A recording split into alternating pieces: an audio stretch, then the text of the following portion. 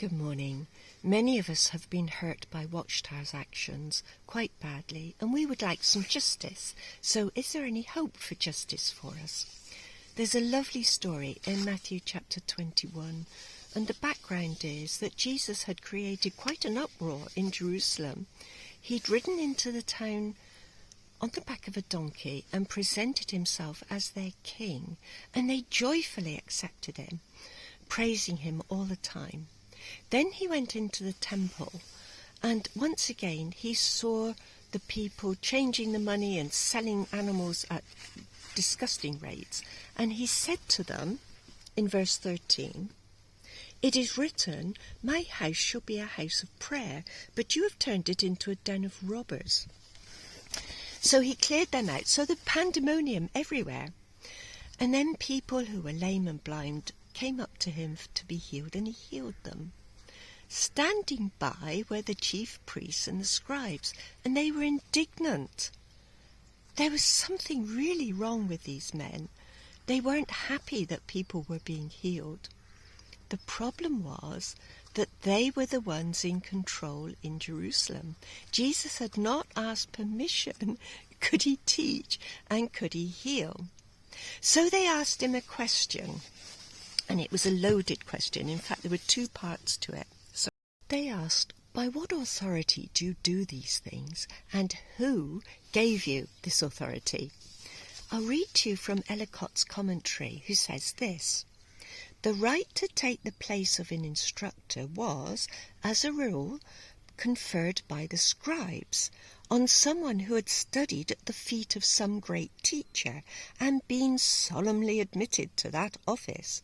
Now, the scribes and the chief priests knew that Jesus had not been taught at the feet of any great teacher or rabbi, so they thought they'd tripped him up by asking who had taught him. Instead of answering, Jesus asked them a question. "The baptism from John, is it from heaven or from man?" Now, in Benson's commentary, it says this: "They," that's the chief priests and the scribes, "considered on the one hand that if they should acknowledge John's mission to be from God, it would oblige them to acknowledge Christ's authority, John having more than once borne testimony to Jesus as the Messiah. On the other hand, if they said that John's mission wasn't from God, then the people might start to throw stones at them, because they really believed John was a prophet, the first prophet to turn up in about 400 years. So the priests judged it safest to say that they didn't know where John's ministry came from. Therefore, Jesus said, "In that case, I'm not telling you where I get my authority from. His authority was from God. He couldn't have had a better teacher." But they didn't acknowledge that because they were the ones in control. Now, Jesus gives a little illustration here, and it's only to be found in the book of Matthew chapter 21, verses 28 onwards. And he talks about a father with two sons. Now, these sons had a privileged position. They weren't servants or hired labourers. They were to benefit from their father's wealth. Sorry. So it was to their advantage to do their father's will. So the father said to the first son, "I'd like you to go and work in the fields." And the son said, "No, I don't want to." But later he had remorse and he thought, I'd better go. So he went and worked in the field. The father said to the second son, "Would you please go and work in the field?" And that son said, "Oh yes, I'll go."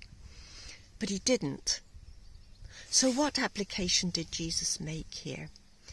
He said to the scribes and Pharisees this: the first son, although unwilling, did do the will of the Father. So Jesus said to the scribes and the priests, "Truly I say to you, the tax collectors and the prostitutes go into the kingdom of God before you.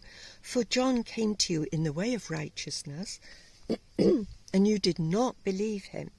But the tax collectors and the prostitutes believed him. And even when you saw it, you didn't afterward change your minds and believe him." At the end of the chapter, verse 43, Jesus says to them, "Therefore I tell you, the kingdom of God will be taken away from you and given to a people producing its fruits. We will get justice. True justice, of course, will come when the kingdom comes and we're healed from all the harm that's been done and we have a happy life in God's kingdom. So all we have to do at the moment is endure with God's help until that time of justice comes. Thank you so much for watching, and take care, and God bless.